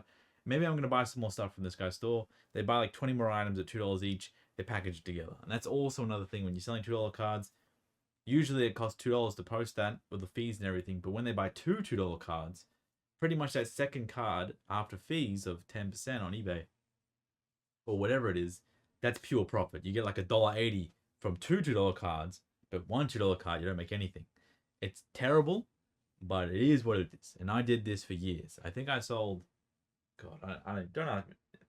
Oh, back in the day, my most sold singular card on eBay, well, I think it was Ancient Mew and a few other promos, but not the non-promo cards, was like base set Charmeleon. I think I ended up selling like 500 or 553 or something. I remember, because whenever I go on my Shopify, it's always the highest one, and it was like 500 something, 560 base set Charmeleons, and my price was like $2. I mean, that's just a lot, and it's only $2. And these days, you sell a $1,000 card, and it matches all those things, and it's all, makes what you did in the past felt like, what am I doing that for? But if someone buys a playset of Charmeleons for $8 and I shipped it back then for $1, well, I made like $6. But if they buy one Charmeleon, well, I only make like 20 to 30 cents. It doesn't feel worth it until they buy multiple. So you kind of have to take the highs and the lows with how they're dealt when you're selling these cheap singles, if that makes sense. And you're buying a feedback too, which also gets you more sales in the future, because people want to buy from people with a lot of feedback. Hope that helps you. Upset _ what games are you looking to play on your YouTube streams in the future? Oh man, that's crazy. I mean, I'm not sure if anyone knows, but I did a test live stream a few weeks back, maybe a week ago or so. I played the Pokemon trading card game. I played it for 3 hours one day, and then I went to sleep, and then I woke up and I immediately went live again. And I finished the game off, because I love games and I'll play games 24/7 if I could. So, I might do more streams in the future. Personally, I think it's probably better use of my time if I make videos instead of do a live stream game. But I could probably see myself doing some in the future. I'm not sure which game I'd want to play, but probably some that can be engaging to me personally, also while I can sit there and just converse with people. Pokemon games are perfect like that, because they're not like fully locked in. I don't have to like stare at my screen while I'm peeking a corner on Counter-Strike, and I have to make sure that like no one comes in to my area or whatever, or my site, or I'm Russian B or whatever. So yeah. Upset asks, what's your favorite mod? Oh, actually, before I finish, get a drink of water. What kind of games do you think I should play on the stream? Because streaming is obviously not natural to me. I'm not a streamer, and I don't know if I'll ever be a streamer. I personally, it sounds dumb, but I don't want to be a streamer. But I like playing games, and I like interacting with people. So it kind of goes hand in hand. I also don't want to be popular. So I don't want hundreds or thousands of people watching me play. I just want to sit there, talk with a few people that I know, and answer questions. And it's really a great thing for me, this YouTube channel. It's like a way to express myself, but it's in a small way, and we can keep it funny. It doesn't have to be like some huge thing, and it feels nice also. But what kind of games do you think I should play? Has someone else recommended playing a Nuzlocke? on some modded generation thing. So I'm going to look into that when the time comes, and maybe we'll go live. It's also really hard for me to stream because pretty much 80% of the people that watch my channel are in the US, and I have to do it between like 8 a.m. to 11 a.m. or like 0 a.m. to 3 a.m. And they're just not really times where I want to be on the computer and streaming a game. So that's just how it is. Yeah. What's your favorite modern card and vintage card? What makes a card attractive for you to collect it? Woo. So collect is hard because like rarity usually right now is like number one for me to collect. I probably will only collect things these days if it's like so rare that I know other people can't get their hands on. Let me show you.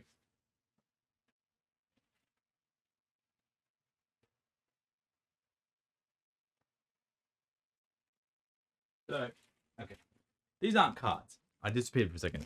These aren't cards. And everyone, if you've tabbed out, tab back in and have a look. This is a whole big stack of these things. So this on the front, what does that say? Game Freak. And Game Freak are the people who created Pokemon. And the person who created this magazine is, his name's, nothing special. It's Satoshi Tajiri.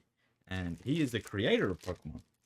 And these are his own personal game guides. Not this one. This number 24 is actually a little bit more special. This was an employee-only copy given out. So I don't know how many of these. There might be 100 or something. And it's a special, special magazine of a video Game Freak or whatever it says. It has a whole bunch of information in the booklet about like employees, and it has all their pictures, and it has some crazy stuff in there. There's like 5 or 6 more booklets in here about all that other stuff. But he used to write game guides back in the day in like 1986 to like 1994, I think. And then he met up with Ken Sugimori. And, this is Ken Sugimori artwork. He met up with him. And maybe one day we can go through those together. But today's not that day. And that's the kind of stuff that I'm looking to collect these days. Whether it's cards or not, it has to be like some extreme level of rarity for me to be really, really attracted to it. Because some of the cards don't really feel like a chase when you can just go on eBay and just buy them, to me personally. It kind of feels like you play an Age of Empires, you type in the money cheat, and then the game it's not very fun because you can just get everything. And I know that sounds really insensitive and insufferable, and I'm sorry if you feel that way, but that's just the reality for me. I also don't feel like spending like $20,000, $30,000 these days on a lot of cards because I don't really feel like it's worth it for me because I already have all the rare, expensive cards that I want to keep for myself for a very long time. So, yeah, what makes a card attractive for me to collect it, or any item? These items aren't that expensive. These are around $700 each. These magazines. These weren't like some crazy thing. They might be worth more. They might be worth less. Who knows? But it has to be rare. It needs to be rare, and I need to know that like if I'm buying something, it needs to be like a rare, special, shiny Pokemon encounter for me to really enjoy it, if that makes any sense. It's just how I am now. It's just like my sheets, my uncut sheets. That's a rare, shiny Pokemon. You can't get those. But a modern card that I like is the Sao Espeon Altard V. That's a great one. And an old card that I like, it's probably the Vaporeon from Jungle. Himeno, one of my favorite artists. That was my first Pokemon card. I can't say that's not my favorite. That one's awesome. But there's always so many. I mean, there's like the birthday Pikachu card from number 24 Black Star promo. That card, I have so many memories. That card made me my first like several thousands because someone in Singapore sold me like 100 at once, and I sold them for like $30, $40 each more in profit, and I made like 2,000 over like 2 or 3 weeks. And that card actually means so much to me and Kimberly that she has a Pikachu tattoo on her. It's actually crazy. At the same time, she didn't get the birthday Pikachu because she liked Flying Pikachu, but also Flying Pikachu I bought like 500 at like 30 cents each, and I was selling them for like $15 to $20 each at the same time frame. And that card also means a lot to me. And Kimberly actually has a tattoo of Flying Pikachu because of how much it meant to both of us at that time. So yeah, it's crazy. Yeah, that's crazy. Question for the next video: how do you deal with burnout? How do you separate your work life with your personal life, especially working from home? I'm probably not the best person to ask because my work life and personal life, it's just my life at this point. I'm up here. It's 1 a.m. now, and I'm answering questions for people online because I really enjoy it. regardless of what time did I get up today. I didn't get up that early. Maybe like midday I got up today. It was Monday. Lots of work to be done. Got to clean the house. Got to do all that other stuff too. And I pretty much haven't stopped doing stuff until now. And then after this, I'll probably do some more listings and then go to sleep at like 3 o'clock. Burnout's hard because I've dealt with it before, and it usually stems from like things not going your way perceptibly. Like in your perception of your own mind, things aren't going your way. And I have dealt with it a few times before when I used to be really, really attracted to the sales numbers, like the value of everything and the sales numbers earlier on for me, like in 2019 to 2021, when I first started coming into like, because in 2019, I sold like $150,000 in Pokemon cards. In 2018, I sold like 65, 70,000. 2019 is the first year I quit my job. So that was like, whoa, that's a lot of money. And then in like 2020, COVID, everything just exploded. And I had an extreme heightened amount of money. And then in 2022 and 2023, it was just more and more and more. And it was just like, whoa. And then like, I couldn't get over that hump of like, I need to hit this many sales. I need to get this much money. I need to do this. I need to do that. And if certain days come up where I didn't sell as much as a previous day, I would feel like not doing anything because I'm like, oh, what am I doing it for? So I feel like that's how burnout comes in. Burnout is like stress. You like stress yourself because an outcome that you thought was going to happen or that has already previously happened isn't happening. And now you're burning out because of it because there's no reason to keep going. Now I pretty much changed the way I think about everything over the past like 2 years. It's really hard for me to get burnout because my burnout, my stress comes from things that are pretty much out of my control. So I only, is that what I want to say? So let me rephrase that. My English is not that good. Plus it's really late. Okay, give me a break. I'm in control of everything that I can do. I know that I can list a certain amount of items every day. I know that when I start a job, I can tackle it and I can finish it. I know that when I buy something and the collection comes in, I can work through it all and do it all myself. That's all stuff that I control. So people buying stuff, people messaging me, even we talk about YouTube, people commenting on YouTube, people liking the videos, people watching the videos, they're all things out of my control. I'm going to do the YouTube video regardless if there's one person that's going to view it or 1,000 people. I'm going to list the card whether it sells today or in 1 year. I'm going to list the card regardless if it sells or not. My determination isn't really going to the success is not my endpoint. This is just stuff that I want to do. So I'm not going to get burnt out by it because I actually really enjoy it. And I think when you get to a certain point of whatever you do and whatever you have in your life, if you can try and not get tied to like the end goal too much and just enjoy what happens each day. And it's really easy for me to sit here and say that, obviously. I'm in an incredibly privileged position. I get to work from home with the love of my life. I got 5 cats, which I literally would die for. I have a cute little corgi that runs around and destroys my house. I mean, it's not like I have a bad, I can't sit here and be a hypocrite and be like, oh yeah, my life's so bad. Like, I'm going to feel bad. It's really hard for me to say that. So, when you separate work life with personal life, it's really hard for me because like, even my mum calls me Pokemon Steve. I mean, it's just like, it's hard. I mean, she does it because she's proud of me, I guess. And over the last like 5-6 years, she's seen me change quite a lot from just this guy who's a supermarket worker to this guy who runs his own, pretty big, decent business. And it's, that's all those things separating work life and personal life. I'm probably not the best person to answer. It's just, I don't want to separate it. I want to wake up and be this every single day. I don't really care if I wake up and I list 200 to 500 $1 singles. The goal for me is to list the singles. That's what gets me going. If people buy them and they message me like, hey, I needed this for my collection, that's great. I don't think you understand how much like this it makes me in certain areas. I mean, it is not about how much money I can make or how much anything I can make anymore. And that's also another question I'll answer maybe at the end of the video. I'm going to write it down here then. I don't want to derail your question into another question that came up in my mind. But something kind of annoyed me on Instagram, some kind of message someone sent me. It's not relevant. I'm over it, but we'll talk about it because I might as well. But at the end, Okay. So yeah, how do I deal with burnout? You just have to focus on things that you can control, and you. I know it's gonna be hard. Like, don't let the other things get to you. But if a package get lost, if someone tries to scam you, if you don't get good grades, you buy a collection, things are in bad condition, your package gets lost also, not just sending out packages. Things are just bad all around in your life. It can be very easy to let that stray away from the goal. But just remember, you can control what you do every day. I can control what I do every day.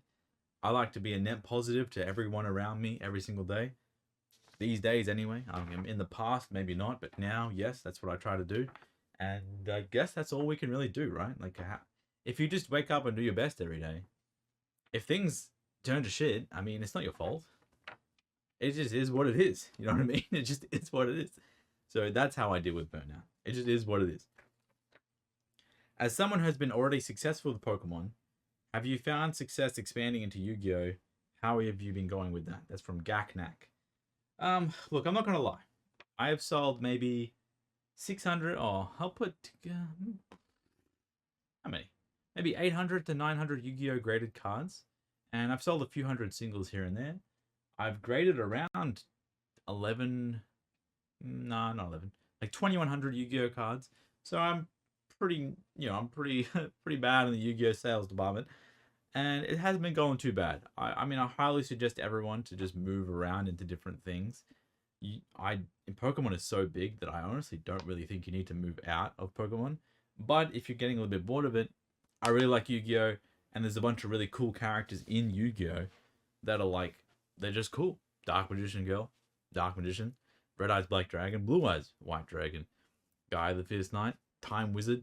These characters in Yu-Gi-Oh are pretty cool, and they just remake cards of them all the time.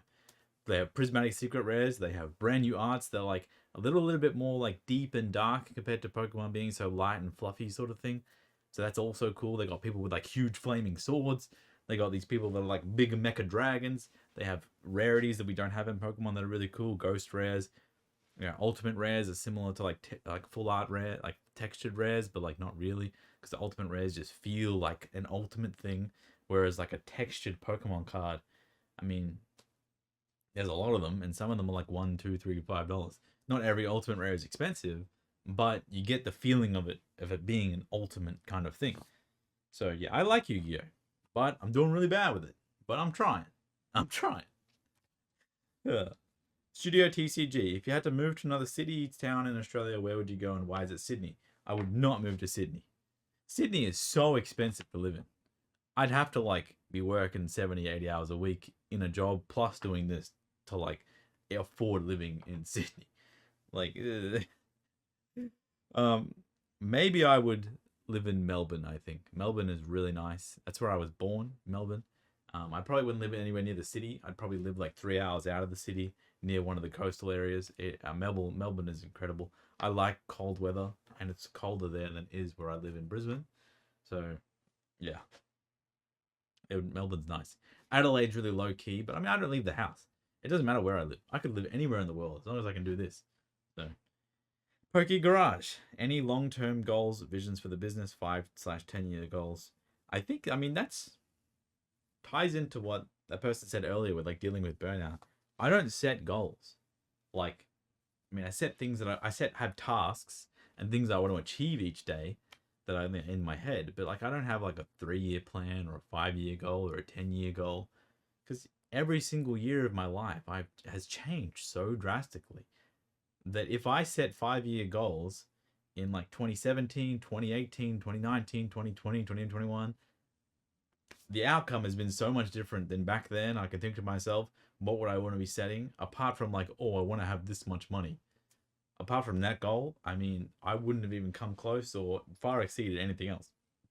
So I try not to do goals. Maybe like 6 months is like the furthest time frame I see in the future, because I don't personally, I don't see the reason in it. I mean, we don't have kids, so I mean, like, there's no. What am I setting? Who am I setting it for? I just want to get up every day and do what I need to do, and get shit done, and then go to sleep happy. I mean, that's my 5 year goal. Honestly, I said this to Kim the other day. in 5 years, I want to be exactly where I am right now. Like, I want to have this situation that I'm currently doing, selling stuff online, grading cards, selling singles, selling some plush, buying cool rare items, displaying stuff online, helping people through YouTube. I mean, if I'm still doing this in 5 years, I've fucking made it. Like, I have made exactly the dream. The dream has come true, and I'm very happy with myself. So, yeah, that would be my 5-year goal, honestly. Just to be in the same financial position, the same everything position. I want all my cats to still be here. I'll be pissed off if one of them passes away. I want everything to be the same. Maybe I have another car in my car collection. That would be good. Right now I have 2, and one of them I'll probably sell eventually, but I want to add another different car, like an old car, like a 1999, 2005 car. We'll talk about that another time. So, yeah. Do you promote your listings? On eBay, yes. Usually, anything below $500 has a minimum of $2% promotion, and anything like all the really cheap stuff, like $5 to $10, you could see me moving it up to like 10%. And then when I start a sale, I'll probably drop it down to like 2, because sales do the same thing. And I'd rather give like another 5% discount to like a buyer than do another 5% promotion, because I'm sure a buyer out there, maybe one of you guys, would probably appreciate that if I gave more of a discount rather than eBay getting more money. Regardless, I would like to give eBay more money. I love eBay. I wouldn't be standing here right in front of you guys if it wasn't for eBay, so I can't really say don't pay them money. That would be kind of stupid of me, I guess.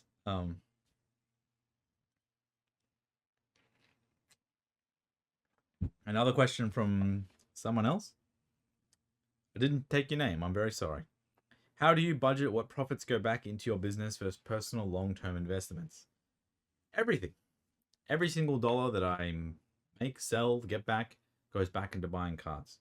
Anything that doesn't go into bills or spending or buying food or whatever Kim wants to buy or anyone else in my life that needs something from me, I'll give it to them. But everything. There is no, I mean, we covered this earlier. I have no 5-10 year goals. I am not trying to become the world's richest man. I am not trying to become a real estate mogul. I am not trying to buy as many things as I can and have as much assets as possible. I couldn't give 2 craps about sealed product investing. It might be great. It might not be great. Don't care. I'm not looking to make personal long-term investments in anything. I simply want to get cards in, look at them, list them, sell them to collectors, and then do it again and again and again and again, as long as I feasibly can. I know it sounds dumb, but that's what I enjoy. And I think that's important, to do stuff that you enjoy. Forest Fire 2605. Hey Steve, hope you're doing well. Hello. Oh shit. All right. In one of your videos, you said that you decided that you wanted to snatch up a bunch of Dragonite promos. How/when did you determine that you want to fixate on buying a certain card? Do you do this for a majority of your purchases, or do you mainly just buy premium bulk? Are you always choosing certain cards to buy? Okay, I remember the card you're talking about. It is a Dragonite. I think it is a DPP promo. So there was a listing with an amount of Dragonite cards, plus some other promos up for sale. It wasn't really like I looked for that card and then I wanted to buy it. I just saw something and I was like, okay. And then I researched the cards and I was like, okay, that could be good. They sell for around, 100 each, and then they were whatever price each. I can't remember. But I was like, I feel like buying them. I was very comfortable. And then, this is going to be really contradictory, but like they're probably going to get rarer and rarer and harder to find. And Dragonite's a very popular Pokemon, and he generally trends up in value over time, and he generally does pretty well and is pretty easy to sell. So when it's a card like that in high quantity and you can easily get it from one place, I don't feel like it's a bad idea. Sometimes buying 10 plus of a card that might only sell once every 2 months can be a really bad idea if you're someone that has less money and you want to get your money back fast. So I will say, those cards in particular, I bought those maybe 3, 4, 5 months ago. Maybe 4 months ago, and I haven't sold any of them. And it cost around 3,000 for them plus some other cards, and I haven't even sold any of those cards yet. So for me, probably wasn't the best purchase, as I could have just put that in a high interest savings account and got some money back from the big banks. But yeah, so if so, are you using any sources to find out variables such as the current popularity for the particular card? No sources, just this thing up here. And the experience for the last whatever years. I think it's always good to get hands-on experience and sell things and just sell as many different things as possible. I think I what was I working on today? I was working on E-Series trainers today, and they don't sell very fast, but I really like the E-Series trainers, to be honest. So I bought a large amount of them, and I guess that's what you're kind of looking for is, I did see there is a lot of E-Series trainers onto eBay, and there is a lot listed all around the world. And there was a guy on Instagram that had some, and I was like, okay, how much are E-Series trainers? And he was like, oh, Pokemon E-Series, like 200 to 300 yen each, and E-Series trainer 100 to 150 yen. It was a lot of calculations, and I already had some, and I was like, all right, can you just give me like a month, and let me think about it? And then some Japanese people are pretty nice, and so he's been holding those for me for a while. I've just gone through a bunch of my E-Series trainers. They're going to be going all up on eBay over the next month. So I want to get some first-hand experience from selling my own, and then I can decide whether it's good to buy more of that item. It's not really like I can look for listings and I can see that they're listed for certain prices and I can see a few sold.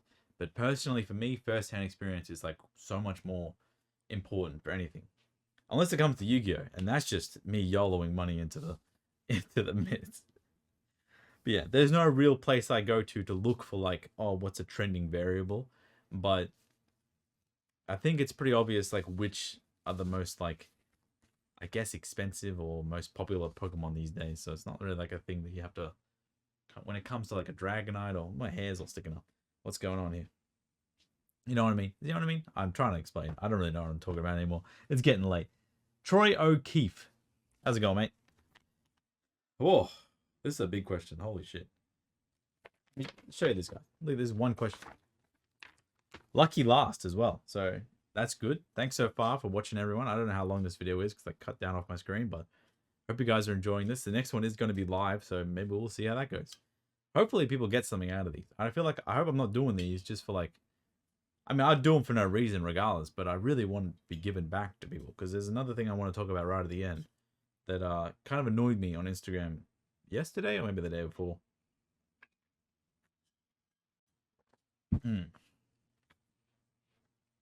Hi, Steve. I'm interested in investing and selling Pokemon cards, but I want to avoid the same mistakes I made with US sports. Breaks, rips, and trying to jag bigger cards. Question 1. If you had $1,000 to kickstart an eBay page, what would you spend it on to get a good start and a higher chance of repeatable sales earlier on? 2. Is there anything I should avoid? 3. Are English cards easier to sell and more profitable than Japanese or vice versa? I've been binge watching your YouTube videos, awesome source of information and experience for noobs like me, and I've applied some nuggets of wisdom to my sports card sales with positive results. Love what you're doing. So Troy, I'm Australian, right? So we're a blunt species of human being. So I'm probably going to say a few things that might seem like they're offensive, but they're probably not going to be offensive. But they're just going to seem like they're offensive. And this is the last question of the video. So the only people watching it by now are the people that will probably support me no matter how many blunt things I say. And I appreciate you guys. So Troy, and I'm sorry to be, the last person in the video, but it's also sometimes the best place to be. We're going to use the board for this. So if you had let's just address the problem at hand. You're trying to get into Pokemon cards to sell and invest in them. I'm going to tell you why that's a bad idea. My voice just dropped. That's embarrassing. Let me tell you why it's a bad idea. First of all, you have to actually enjoy, cards and Pokemon in general to really excel in this space. I personally do not know anyone, unless they started as a millionaire, who isn't, relatively well experienced and successful. They have to actually enjoy the aspect of this. It does seem like you enjoy trading cards and you enjoy selling and buying stuff, but I'm not sure if you're into the whole actual Pokemon. Like my favorite Pokemon is Pikachu. I want to say millions of dollars of my own money into Pikachu because I love that guy. He's awesome and he's done very well for me as well. He's helped me out. I've helped him out. We're great friends, me and Pikachu. So, I got an easy mode because my favorite is obviously the most popular, but it depends. Like, what do you like? Like, do you like old school English? Do you like mid-era English? Do you like new English? Do you like old Japanese? All these other things. You have to have a place. You have to have a place. I don't really like. You can say if I had $1,000 to kickstart an eBay page, what would you spend it on? I mean, it's hard, man. Like, what am I supposed to say? Like, honestly, what am I supposed to say? Remember, this is completely free advice. We're just sitting here talking. I'm not giving you a business plan or anything like that because I'm not a financial advisor and we're not just, we're just two dudes chilling out talking. But if I had $1,000, I mean, would I tell you to buy the stuff that I enjoy? Because there's a lot of things that I've bought over the last few years for $1,000, even the last year, a lot of things that I bought for $1,000 that I haven't even listed for sale yet. So like, if I had $1,000 to kickstart an eBay page, it's kind of hard because I never had $1,000 to kickstart an eBay page. I had some stuff and a little bit of money and a small income. So it is a very hard question for me to actually answer. What would I do 1,000? I would probably spend the majority of your time researching and finding what sells and then understanding how they got to that sales price. I mean, lately, a lot of my, attention is on Japanese items because I really like Japanese items. Over the last 6 years, I've been all in on Japanese Pokemon cards. Question number 3 is, are English cards easier to sell and more profitable than Japanese or vice versa? I mean, that is an impossible question to answer on the more profitable because yes, there are Japanese cards that can sell for a lot of profit. Yes, there are a lot of English cards selling for a lot of profit. I'm an English speaking Australian person and I live in an English speaking country. I will tell you with certainty that selling English cards in English speaking countries is usually easier than selling the Japanese cards. Not that Japanese cards aren't popular, but we are an English speaking country. And I think you're from the US, I'm guessing. So you're probably in an English speaking country. So English cards will probably be easier to sell. And there's probably a whole lot less listed. The whole lot more listed and a whole lot more buyers. So they're definitely English cards would be the best thing if you're completely new to all this thing. I keep stepping on this leg and it's really starting to hurt during the video because I fell over so many times on it today. Sorry. My back is killing me. All right. Is there anything I should avoid? Obviously, you've been around the space for a while. Breaks and rips, complete waste of money.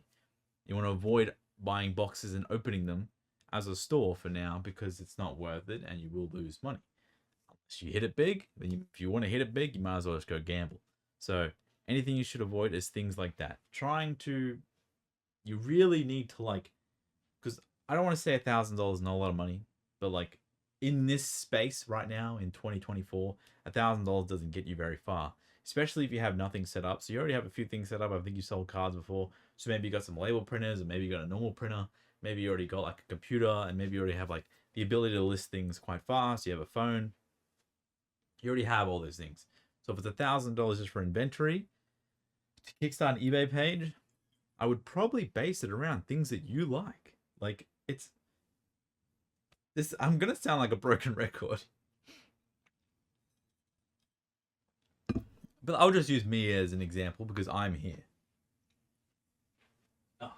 Oh God, that's my back. This thing here, this is not a card, but this is a Charizard Poncho Pikachu from the Japanese Pokemon Center.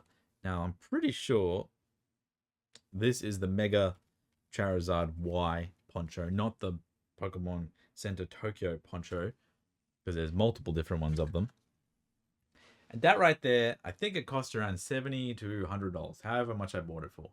I have probably with this Poncho Pikachu, I probably have 100 of these in total. I'm not this one, but including with this one and with the rest of them, they're all wearing different costumes, and I got them over there. And I've been actively selling them for a while, and I really like them. And the reason why I'm happy to buy them as much as I am, and I'm not investing in ponchos. I just want them because I like them. But also because I want them and because I like them, I can use that to my advantage. And I just dropped it on the ground. How good is that? So I can use that to my advantage. And now I know what they sell for.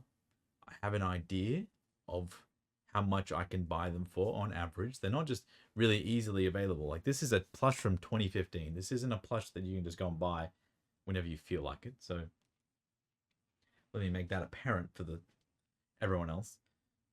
This is something that I actually like and enjoy. I have an idea of what I can buy it for. I have an idea of how many get listed every once in a while, and I have an idea of how much I can sell it for. And altogether, I can base that upon how much I actually sell the item for, and then how much money is to be made per item. So when I have sold these in the past, and when I do sell them, I can put them at a price that is between how hard they are to get, the price I bought it for, and the price I want to sell it for, and then a certain margin in between. And why I'm saying this is if I just go, if you had $1,000 to kickstart, and I was like, man, go buy some Poncho Pikachus, it's kind of hard. Like, you don't know what they sell for. You don't know what it actually, or how long it takes to sell something like that. You don't know how like hard they are to get. You don't know the history of them, and you probably don't even like Poncho Pikachus. It's just one of those things. It's like, it's hard for me to give you what you should buy for $1,000. So I highly suggest finding something that you like, if it's within Pokemon, researching a whole bunch of errors, watch some videos, watch some box openings, see how things make you feel, and then getting into that thing. Because once you're into it, then you get really into it. You're like, oh, maybe let's just choose EX Era English Reverse Holos. Those cards are incredible. To me personally, I love those cards. And they're not that easy to get. One per pack. The packs are really expensive. So there's a insane value difference between getting a reverse holo from a pack, which is like here, you open the pack's like $300, or a reverse holo that's like raw. Maybe someone sells it for like $3 to $5, and they sell 20 at once in like a collection. I don't know the prices these days, but like maybe someone on TCG Player has them, or someone on Troll and Toad has them, or every other place you buy English cards. Facebook, you can put up a buy list, and those cards to me feel like they're pretty cheap because you have to buy a really expensive pack. You get one reverse holo, and they look pretty cool. They have Pokeball holos. There's a whole bunch of them. And so maybe you get into the EXA reverse holos, and after you have a whole bunch, maybe you buy like 500 or 300, 500 probably too much, but $300 worth, and you actually like them, and then you list them all for sale, preferably for more than you paid for them, because otherwise this whole thing doesn't make sense. Then you get an idea of what it's actually like to sell them. You see how many offers you get, you see the listing traffic, you see if people actually buy your items, you see if people are actually interested in them. And then when you have that knowledge, you can go out and buy more if you actually sell some. And then you can kind of turn that into your thing. You can do like EX era English. And then when you kind of finish with that, you can move into another era and have expertise in 2 areas. You see, I didn't start with ponchos. I started buying ponchos like 3 years ago. And my first poncho purchase was a complete set like 4 years ago with like 45 different Poncho Pikachus, and they were like $27 each. And those ones today, they're probably worth 100, maybe a little bit more each. And anyone can say, hey, that's a crazy good investment. But I bought those, and then I sold them, and then I bought more, and then I sold those. And now I've doubled my initial stack of like 30 to 40 Poncho plush now to like whatever, how many I said, like 100 something. And not only do I have 100 something Poncho plush, like, no, this doesn't count, by the way. This is a ramen plush. I got these from Japan Worlds. I have 70 of these, and I bought these to give them away. This is not a Poncho plush for anyone that's going to be like, actually. But like, I got my initial investment of however much that was. I think it was around the $1,000 mark. Now that I remember it, around the $1,000 mark. Yeah, it was around $1,000, like $27 each for 40ish. That's around $1,000. And I sold all those, and now I'm probably up like $6,000 to $7,000 on just Poncho Pikachus. But I also have another 100 in my inventory, and that's all this is. It's like getting interested in something, getting deep into it, deep inside it, and then understanding that item and those items, and actually really enjoying them. But then using, oh my god, my cat came out of nowhere. What are you doing? Scared the shit out of me. Yeah, meow. Jesus. I didn't even realize that she's up there sleeping this whole time. All right, where were we with? Oh, it's too late for this. So does that make sense? You have to actually get really interested in something. Otherwise, you're just gonna go spend $1,000 on stuff that you don't even know, and then it's not gonna sell, and then you're not gonna be attached to it, and then you're gonna dump it and be like, Steve gives shit advice. So it's really hard to tell you what can get a good start and a higher chance of repeatable sales earlier on. You know, if you want the easy answer, just go and buy some Charizards. I mean, come on. Charizard's easy. But I hope I helped you with those questions. Now, something else I want to talk about, and not a lot of people care, but I need to say this a billion times over. I had someone tell me on Instagram, it's like, hey, Steve, why don't you make a Patreon? Or why don't you like upgrade your YouTube memberships to like $20 and then $50 and $100? And then you can have tiers where you can charge people and all this stuff. Because I know I'd love to give you $100 a month. And maybe we can do like a 1 hour call and then we can get exclusive content. And I know I've been quite vocal about it many times over and over again. But I don't want to do it because this is like my own hobby and I love like my own little YouTube channel. And I really enjoy it. And I don't want to over monetize it or push myself to people. And the reason why it's never going to happen, unless my financial system, like, if my financial, what's the word I want to use? My financials change so drastically, and I'm required to make a large amount of more money to support the people in my life and my family, it might happen. It's a 99.9% chance it's not going to happen, but I'm never going to say never, because unless something drastically happens so badly that I need money, and then I can actually use my skills to help people and also get money in, perfectly fine. But in my current state, I do not ever see me doing it. Because why would... I try to think about it in my own brain. And I don't see myself as like some mega greedy person, regardless of whatever people might say about me. If there are people saying things about me. I don't want to charge people to help them out. I don't want to do it. I feel like there's a lot of people in the Pokemon space. I mean, I saw something on Instagram last year. I think about this all the time, and this is really dumb and kind of petty of me. But I saw some guy on Instagram, and he said, I have my Instagram memberships on now. It's like $3 or whatever, $3 a month, because I don't have time to answer questions anymore. So if you want to ask me a question, you need to sign up to my Instagram membership. And I know who the person is, and they're a huge dumbass. And it's just, so I just unfollowed that person because I don't want to interact with that kind of person. It's like, how like special do you think you are that you like will pander yourself in front of people and be like, you can ask me questions if you pay me money. It's just like, just if you don't want to answer questions, just don't open the messages. Don't say like, oh, you have to pay me money. Like, I know you might have some skills or whatever, but there's people in such incredible privileged positions that sit there and be like, I did this all by myself. Now you got to pay me for my advice. It really pisses me off. And I am not here in my current position in life without the support of maybe not even dozens, but maybe hundreds of different people over the years. Not even to include the people that have purchased over 100,000 items from me online. Let's not even include those people because they're more important than most.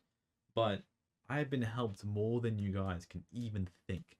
I have been helped every day almost for the last 7 to 8 years on selling trading cards online. And I have had, I would say, tens of thousands of my questions answered by my fellow peers. And if I'm going to sit here today and be like, oh yeah, that's a great idea. Okay, I don't want to get annoyed at the people who bring it up. And they're like, they kind of bring it up to like, Steve, did you know that you could charge $50 or $100? I've been offered $500. I've been offered, I don't want to say 1,000, but I've been offered like, oh, I'll give you all this stuff if you help me out with this, or if you give you all this. It's like, dude, I'm not interested. I have more than enough money. Like, I am not some multi-mega millionaire with cash. I mean, yeah, I have, to me personally, what I think is a lot of money. And I just want to help people out and do it for free and do it on my own little YouTube channel. And I hope that it just stays kind of small and niche and I can kind of make a good content for the people that actually watch it. It's not like I need to make it like some underground unlisted thing or you need to pay for memberships. I might be sounding like a hypocrite. I do have YouTube memberships. It's the cheapest that I can set it at. I think it's $1 Australian. And it's called Sausage Roll Giver. Because someone said to me, Steve, you should make the $1 membership Sausage Roll Giver so I can buy your sausage roll. And, you know, they cost $3, I think $3.50. So I guess if 4 people do it, I can muster together one sausage roll. And I'm incredibly grateful if people do that. But there's no extra content, so don't expect anything too crazy. And I'm very sorry if you do. That everything here is free. And I do understand that if I did have a paid option, more people would want to come and watch because they've got to pay for it. This $1 million eBay seller has advice that he's giving out. I got to pay for his advice to see what he's talking about. So maybe less people are interested because I'm not like dangling this carrot in front of people's mouth. Like, I understand. I worked in retail for 7 years. I worked management in retail for 5 years. I worked at home in my own business, which I have sold maybe more than $4.5 million of items. I understand how shit works more than I might not let off. This is more serious than I probably let off most of the time. But this is my silly space. I like to be silly and we like to joke around. And a lot of people might not think that, you know, Steve just sells Pokemon cards. You might not know anything. It's very serious. But I don't want to leverage my position to suck the money dry out of people that are in my position maybe 10 years prior, regardless if they're the same age or not. I'm sorry. I'm just not going to do it. And I know people, they ask me and they're just like, did you know you could do it? Yeah, I know that I can do it. Yeah, I know that I could have done it since day one. But why? Like, please answer why. If you can give me a good answer why, I'm still not going to do it. But I'm happy to hear the rebuttals. So sorry about that last rant. Because that's been in my mind since like 2 days now. Because I'm just like, oh, how do I get it through people's head? That if you just add more money to the top of a big money stack, it doesn't increase the happiness. But if I can help someone out, that increases the happiness because there's no exchange. It's just like, yo, can you help me out? And it's like, yeah, that's fine. If you see an old person walking, like struggling to walk across the road, do you wait for them to tip you before you fucking help them across the road? If you see a dog running and some person running after the dog and they don't have a leash, do you try and stop the dog? Or do you be like, I wonder if they're going to give me something back if I stop this dog? So that's all I'm trying to say. That's it, pretty much. I mean, that's it from me. The next Ask Steve I'm going to do live. Feel free to ask some questions in this comment section and I can answer in the next one. But I hope to do it live and I hope it's going to be a lot of fun. Because I think moving forward, these might be better as a live thing. But maybe not. I think it might be weird because I'm kind of being like talking to myself a lot here. And if I have to concentrate on the chat, if there is any chat, who knows if there's any chat. If I'm just going to be sitting there talking to myself, it might just be weird. But maybe it's not weird. We'll just try it out once. We'll see how it goes. I don't know the time. I'm sure on Discord I'll let everyone know. My name's Steve. I don't look homeless anymore. That's the best takeaway from this video. Have a great night. Or a great day. Or a great evening. I don't know. Wherever you are. Thank you.